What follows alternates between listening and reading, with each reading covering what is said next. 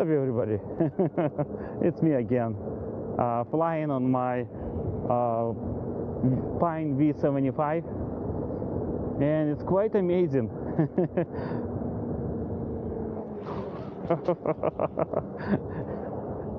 Those speed bumps kind of feel funny when you're going over. I mean, on the XR, because it's a much bigger platform, it feels slightly more comfortable, I should call. On a Pine, it's different, but still really enjoyable.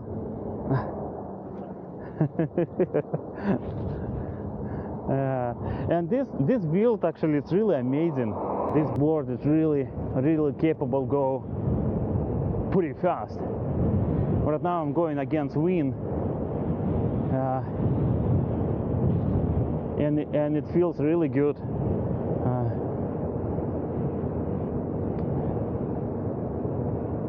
I mean, like I said before, I'm not a speed demon. I don't want to push it 20 plus on this board. I know it's capable. I know it's capable because I got same setup on my XR, but the battery, it's a 2P configuration instead of 1P configuration. But same controller, same amount of cells, and XR I did 24 top speed, which did have some room to go more. This one with proper rider, not with some big fat guy like me, I'm pretty sure it will go well over 20. I mean, probably like a 30, around 30 or so. It's very well achievable. Duty cycles actually is not bad. On one of previous my video, I did mention it. Like it kind of did freak me out, duty cycles numbers, because compared to my monster Vesc XR with 1000-watt battery, of course, and it's a 20S, not 18.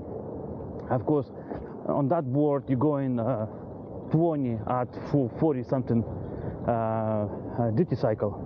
On this board, duty cycle number is going to be much higher because it's a weaker battery, a weaker setup. But still, it's not really critical.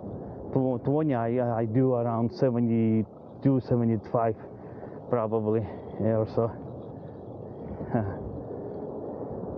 Yeah, it's amazing. It's amazing what Vesc can do. Well, guys, pretty much that's all I got for this video. I hope it was interesting, enjoyable. If you guys did enjoy it, thumbs up. If you don't want to miss any future videos, subscribe. We will be really appreciate it.